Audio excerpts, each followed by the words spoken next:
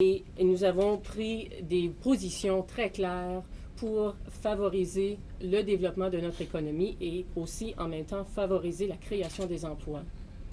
Il faut noter que la question du chômage demeure le problème numéro un pour tous les Canadiens, pour tous les Québécois. La deuxième composante, c'est que notre budget maintient et renforce des services sociaux et d'autres programmes importants financés par le gouvernement fédéral. On rejette la notion du désinvestissement dans les programmes sociaux. On dit qu'il faut effectivement faire le contraire. Il faut investir dans les personnes de par les programmes sociaux que nous avons et dans certains cas, les renforcer. Notre troisième composante indique que notre budget finance ces initiatives en tirant davantage de revenus de la croissance de l'économie par la remise au travail des Canadiens et Canadiennes, Québécois et Québécoises, et en réformant le régime fiscal pour voir ce que les personnes qui en ont les moyens vont payer leur juste part des impôts. Alors, il y a deux composantes là-dedans. On veut remettre les gens sur le marché du travail, ils vont payer leurs impôts, et on veut aussi avoir un système plus équitable d'impôts par le gouvernement, mais on dit qu'il y a des options, il y a des différentes façons d'arriver au même résultat sans pour autant punir les personnes et sans pour autant donner... il faut aussi donner plus d'espoir aux gens. Dans la vie économique et sociale du Canada risque d'être contraire à la vision que partagent de nombreux Québécois et Québécoises. Notons qu'il y a un appui solide pour les principes qui sous-tendent notre budget. Indicated that jobs are a number one consideration in our budget. But we recognize that even within the context of our budget this year, we will not be able to create enough jobs for all of the people who are out there who desperately want to work. We have to recognize that you can't offer no hope for people who are looking for jobs and at the same time take away the vital supports that they require in the area of welfare or UI. We also recognize that we need to have a continuing and strong federal role in healthcare and in post-secondary education. The approach our budget takes is very different from the approach of the CHST and in fact goes in quite the opposite sense. We have decided to hone in on investing as a notion instead of looking at social programs as always being costs. Because we have to recognize that if we do not invest in people, if we do not invest in children, we will have to pay a larger cost both in social and real economic terms down the line. So what we are saying is if you invest in people today, there will be payoffs. There will be healthier Canadians. Our budget proposes to have more access to post-secondary education. Our budget would mean that there will probably be fewer people living in the streets. And our budget would mean that kids have actually a better start at life. We definitely, in our budget, attempt to reverse the trend that the CHST has in fact put in place because we are putting more money back into social programs. And in addition, we are looking at the establishment of clear standards for certain programs. Very quickly, you will note that we have a healthcare fund, where the principles are to stabilize the dollar amounts and then to allow the funding to grow with the economy. Within the healthcare fund, a new initiative would be a national drug plan to recognize the need that those people living below the poverty line are having more and more difficulty being able to pay increasing drug costs as we're cutting back on welfare programs that used to support those kinds of costs. We also promote the notion of developing community health centers as a way to be more preventive in our approach to healthcare in Canada. The second important fund is the Income Support Fund. This recognizes the need to have a sustainable component for programs like welfare and related social services. And it looks at it restores the need for 4 conditions, some of them which were similar to the Canada Assistance Plan. The Post-Secondary Education Fund is one which also indicates that the federal government must continue to take responsibility for programs, for funding of post-secondary programs. And in that respect, we propose a new Higher Education Act, and we propose increases in amounts so that there would be more availability of grants and student loans. The Child Care Fund is essentially nothing new except that our proposal would put this in action. We have seen it in the Red Book. We have seen it with Mr. Axworthy. We are not seeing anything in reality yet. And we are certainly proposing the need to look at investing more in the child care program. It yields results for kids, and it also yields results in terms of creating jobs. A housing fund that essentially that is not dissimilar to what was in the Red Book, but does look at doubling the investment proposed in the Red Book. A retirement income fund looking at increasing amounts for OAS and GIS, particularly as we recognize that single women over the age of 65 still are living, many of them are living under the poverty line. And finally, the UI fund seeks to restore the cuts that have been made by the federal government over the years. We want to move back to a standard benefit of 55% to be maintained regardless of family income or work history, raising maximum insurable earnings. And our long-term goal would be to go back to 75% of benefits. We take out the money for training from the UI fund, and we would put it into the human resources budget to the tune of $1.5 billion. So those are the components. We want to make it clear, I think, that the government is seriously underestimating what will be the impacts of the cuts that will come into place April 1st. I think they are not understanding what this will mean in real terms to people, what this will mean in real terms to communities, what this will mean to the infrastructure that is basically crumbling through lack of support. And this is why we want to be quite forceful in saying you need to invest. You need to invest in people, because otherwise, as a society, we're all going to pay further down the line. Thank you, Lynne. You can see on page 8 that we have detailed proposals on most of the major sectors of the federal budget.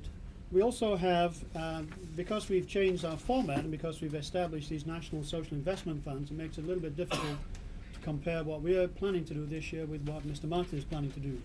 So we do have a document here which makes that translation for you, and I'll leave some copies here, but just to emphasize that in terms of transfers to in terms of EPF and CAP, the equivalent of those programs, that the plan so far for next year by the federal government is to spend $13 billion, and in ours we would spend $17.4 billion. I'll leave those there. We did not simply reinstate all the cuts of previous years, and even if we wanted to, we couldn't have done that, but what we did is we went through each budget and looked at, in terms of our framework document, the kinds of policies we'd like to pursue, and then the numbers came out of that. Just to highlight some of these very briefly, we have expanded spending on First Nations and Aboriginal people, on cultural activities and foreign aid. We've reduced defense spending by $0.6 billion. We've to taxes to be imposed on those profitable corporations and wealthy individuals who now shoulder far less than their fair share of the tax burden. And we'd like to emphasize that this solidarity tax package is a 5-year tax package, and we've made our projections, in fact, over the next 5 years. As you see in our budget paper on page 16, these tax measures that we propose include starting to collect the $6.6 billion of outstanding back taxes. We would phase in a tax on wealth transfers at death, along the lines of the US model. We would have an excess profit tax on banks, prepared to accept that various tax deductions are legitimate. But we have great problems where these tax deductions are layered on top of each other so that corporations often end up paying nothing. So what we would do is we would allow some of those deductions, including, for instance, bringing losses forward, but we would restrict those deductions in the event of a zero tax being paid, and we would introduce, as they have in the US again, a minimum tax on the balance at roughly a half of the existing corporate tax rate. So this is an attempt to put a limit on the otherwise legitimate deductions that companies are making. We're not several corporate tax loopholes. We would reduce the ability of companies to deduct as expenses salaries over $200,000 a year. And So we would, in effect, and you can see through, we would abolish the ability to get tax breaks for lobbying, and we would have, as I've mentioned, tax on life insurance earnings overseas and on interest earnings overseas. When you add all these up, it comes to $1.8 billion. That is growing in nominal terms, growing in real terms at 3.5, nominal terms about 6. So we would have net no reduction in profits after tax, is our anticipation. We need to check that out with the forecast. We want to emphasize that our job creation program, because it generates jobs and income, is also good for business in that sense. The principal changes we propose to the personal income tax are to add 2 new tax brackets for high income earners, 32% and a 30% by abolishing and reducing the low income surtax. The net revenue raised through these tax changes, together with the additional revenue that comes automatically from having more jobs and economic growth, will more than offset the total costs of our extra spending on programs. This underscores our claim that our approach to budgeting is not based on wishful thinking or unrealistic assumptions. And if you turn to the last page of the document, revenue as a percent of GDP at 18% in 1999, and thereafter it would come down. And we would stabilize government spending at 14% of GDP. We reduce it between now and 1999, but then we stabilize it at 14%. We think to go beyond that would be irresponsible. And so we're being prudent in the sense that we're reducing the share of government spending in GDP, but we'd reach a bottom line of 14% thereafter. Debt charges will be reduced from 6% of GDP down to 4%. So we believe that our program is a caring program. It's based on hard economics. It's also based on compassion. It's based on meeting the needs of Canadians in terms of jobs and social programs, but it also recognizes the important fiscal constraints that the country faces. Thank you. Can you tell me, do you think Mr. Martin is not, with higher employment, greater growth, do you think the government is not adopting this kind of program because they don't understand the economics, or because their program benefits some minority in the community that their budgetary policy really serves? I think that existing programs are geared very, very much to a very narrow view of what the financial community would like to see. And I don't think they're geared to the broader view of what is good for the community within fiscal prudent limits. Sorry, I didn't understand which one you were. Are you suggesting that they're catering to a small portion of the investment community? Yes, I think so. Yeah. And why would they choose doing that? Well, I think that there is an ideological agenda internationally, which is one pushing for lower levels of government. It's pushing for disciplining labor through unemployment, reducing real wages, raising profits in that way. It's a particular point of view of how the economy ought to function, and it's not a point of view that we share. Mr. Loxley, you presented this kind of budget to Mr. Martin yesterday. What was his reaction? We met with Mr. Martin. He listened carefully to what we had to say, and we had long discussions after that. And I think it's probably better to talk to Mr. Martin about what he thought about the budget. Madame Toupin, pouvez-vous m'expliquer comment vous allez comment vous comptez créer plus d'emplois? Est-ce que vous comptez énormément là-dessus? Vous comptez aussi sur une croissance économique importante, si j'ai bien compris, c'est quelque chose comme 8%. Comment vous comptez c'est 80% de vos revenus, alors comment vous comptez arriver à rencontrer ces objectifs de création d'emplois et de croissance économique? Et la création d'emplois est quand même énoncée assez clairement à la page 6 du document, dont on regarde des éléments de création d'emplois dans certains, à l'intérieur du budget. C'est-à-dire, puis il y a des idées ici qui ne sont pas nouvelles. Notons par exemple la garde de l'enfance, quelque chose qui émanait du livre rouge. Le développement écologique, l'infrastructure, une rénovation domiciliaire, des logements sociaux, regarder un supplément parce qu'on voit qu'il y a une pénurie, on a de véritables problèmes dans les logements sociaux. Plus d'argent, plus de création d'emplois dans le domaine de la recherche et du développement. regarder encore à une augmentation dans les travaux d'infrastructure et le développement régional et communautaire. Bon, ça, c'est des éléments à l'intérieur du budget. On reconnaît aussi, je pense que les gens sont d'accord à dire qu'avec une baisse aussi dans les vrais taux d'intérêt, on voit qu'il va y avoir une croissance quand même économique, plus d'emplois de créer. Alors, ce n'est pas une stratégie unique. On n'a pas juste une stratégie, mais une combine de stratégies qui permettent la création d'emplois.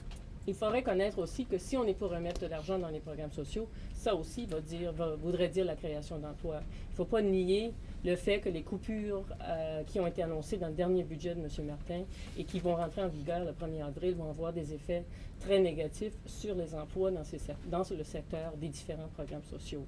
Alors, en remettant de l'argent, c'est aussi une forme de création d'emplois. Vous avez pris une approche complètement différente de ce que M. Toupin nous propose. Vous pensez que M. Martin, avez-vous rencontré M. Martin, avez-vous proposé des choses comme ça, M. Martin? Oui, on a rencontré M. Martin hier. On lui a présenté le document. C'est certain qu'on a c'est une voie de regarder seulement du côté des dépenses et non du côté des revenus. C'est une voie de réduire effectivement les responsabilités du gouvernement. On en a parlé à M. Martin, on a quand même peur que cette continuation de coupures va quand même mener à une récession. On voit effectivement qu'il y a presque plus d'emplois qui se sont créés en 1995. Qu'est-ce qui va se produire en 1996? C'est des choix. M. Martin et le gouvernement fédéral ont fait un choix dans une voie. On lui much more activist approach to government.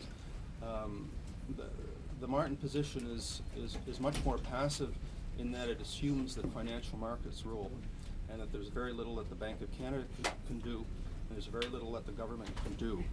And so that's a fundamental starting point that differs. I think another point of difference is on the tax side.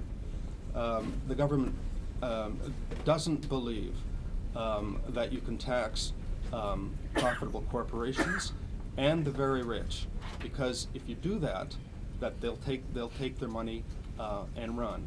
And we fundamentally disagree with Mr. Martin in that regard, and we feel that we have the majority of the Canadian population behind us in that regard, because the large majority of the population feel that there are certain groups, namely the ones I've mentioned, who are under tax. And so, for example, we have two new marginal tax rates for people with incomes over $100,000 and incomes over $150,000. A wealth tax on transfers, on estate transfers over $1 million with the spouse exempted. I mean, I don't think there are many people in this room that qualify for those kinds of taxes. So there is a fundamental difference in terms of sharing the burden of adjustment and in the role of government. And we're much more activist in government. I mean, there's a sense that pervades the Martin budget and the prevailing orthodoxy that we're doomed to stagnation, high unemployment, high real interest rates, and we really challenge that and try to break that cycle, and that's really the central thrust of our budget. If you are an activist, as you say, and Canadians, as you say, would support this kind of program, why aren't there more of those kind of voices in Parliament? I mean, the Liberals might be accused, but like the Conservatives reform even more conservative. Well, I mean, I think there are, within the Liberal caucus, I think there's a substantial amount of unease, and I think that probably extends to a large segment of the bloc. So I think, I do think that's there. I don't think it's had the voice, that it needs, but I think it's there. I think, I mean, one of the problems is that you've got the Reform Party pushing for, a very radical, decentralist, smaller government,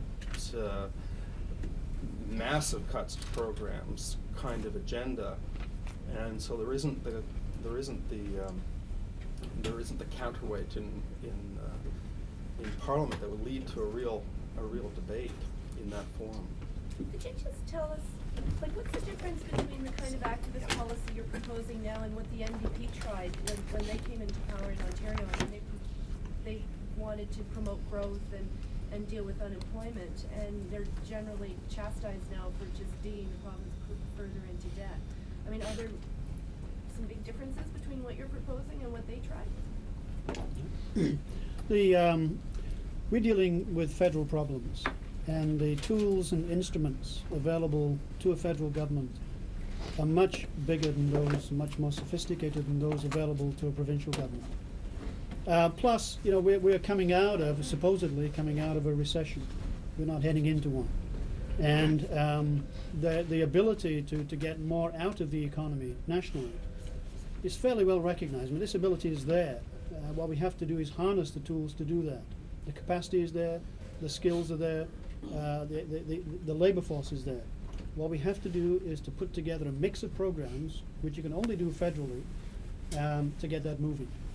Yeah, and if I could just, in terms of the international financial community, I mean, if there was a big shift in strategy, or even say they adopted the job creation part of your program, I mean, do you think that Canada, in a sense, would be punished by the financial community? I mean, it seems anytime the government wants to, spend on anything, there's this sense that, they've abandoned deficit reduction as the goal, and therefore punish them with higher interest rates. I mean, is that real?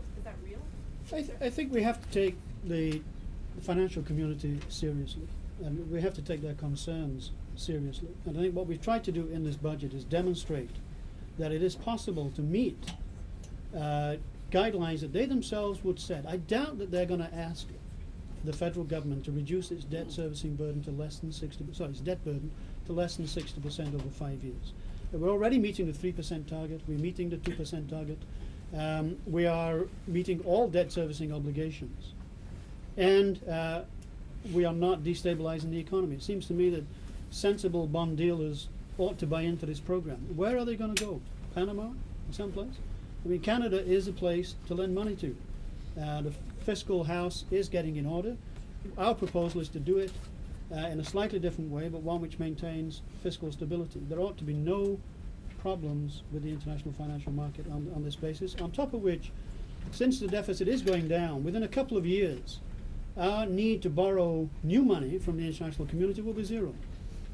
New money. You still have the problem of rolling over the existing debt, but that's going to be a problem for us as long as any of us in this room are around. But new borrowing, given the instruments we propose, would cease after year 2. Foreign borrowing. Mr. Loxley, the only thing that doesn't logically follow here is that on the face of it, this alternative budget looks to be more politically expedient than what the Liberals are already doing. If they weren't afraid of an international backlash, if they weren't afraid of rising inflation, if they weren't afraid of, basically a flight of capital from the country, why not take your advice then? I agree with you. They ought to take our advice.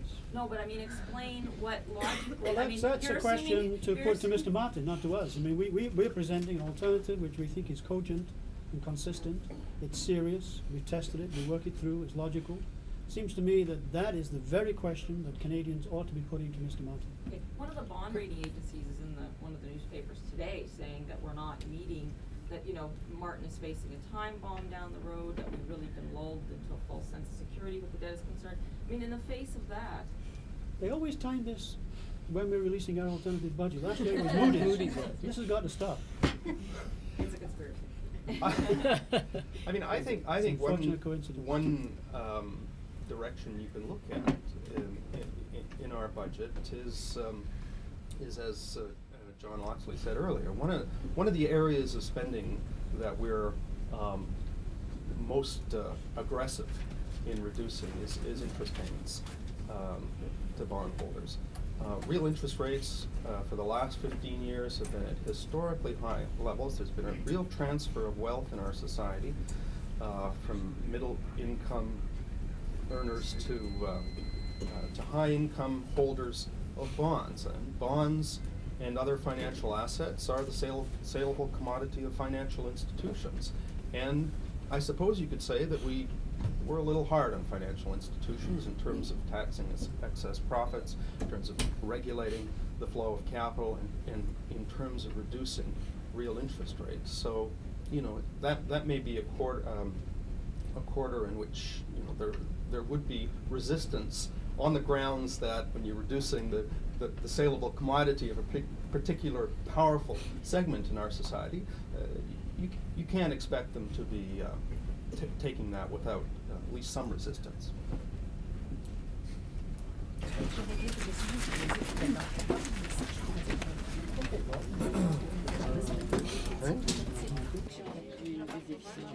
Alors, c'est un élément où effectivement il y a un désaccord. On dit qu'on ne peut pas utiliser cet outil-là. On dit que quand même, il y arriver.